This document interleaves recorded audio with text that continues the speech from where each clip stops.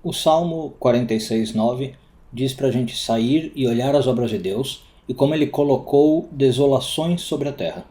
Hoje a gente vai entender o que isso quer dizer. Eu sou Yair Alon e esse é o Zohar Diário.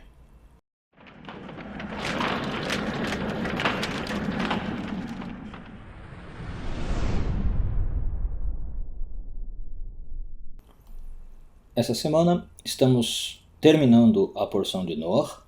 Vamos focar nos parágrafos 14 e 15 do Zohar.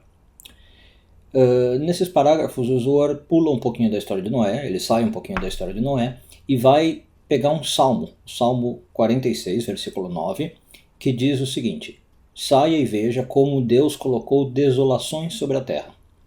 Só que a palavra desolações é shamot, né? E o Zohar diz para a gente não ler isso como shamot, mas como shemot. Então é as mesmas letras, só muda a primeira vogal, né? De A para E. E aí o que significa Shemot? São nomes. Então o Zohar fala o seguinte: o que a gente tem que ver é como Deus colocou vários nomes na terra. E isso faz a gente entender os trabalhos de Deus, as obras de Deus. Bom, então o que significa os nomes? Duas explicações. Primeira, para quem já conhece Kabbalah, Deus tem vários nomes, né? Ele tem várias formas de manifestação, e ele teria colocado esses vários nomes na terra. Ou seja, quando eu estudo os diferentes nomes de Deus, todo mundo já ouviu falar dos 72 nomes, mas aqueles não são os únicos. Quando eu estudo os diferentes nomes de Deus, eu estou estudando as próprias obras de Deus, né? Como se eu estivesse estudando Deus, por assim dizer.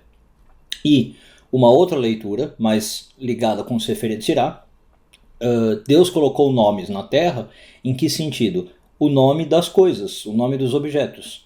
E na verdade, se a gente parar para pensar, foi feito isso numa associação com Adão, como a gente lê no Gênesis. Deus dá para Adão o direito de escolher o nome de cada coisa. Então tem uma passagem no Gênesis que diz que Adão se sentou e foi dando nome para cada coisa que ele encontrou. Então esses nomes também nos fazem conhecer as obras de Deus. Por quê? Porque o nome de uma coisa representa a essência daquela coisa, né? Não só num sentido filosófico, mas num sentido mais sutil, energético, espiritual. Principalmente quando a gente fala de um idioma como o hebraico, né? Então a gente tem, no hebraico, a gente acredita que cada pessoa, cada objeto, cada elemento da realidade recebeu a combinação de letras mais adequada para ele, né? E aquelas letras realmente refletem a sua essência espiritual.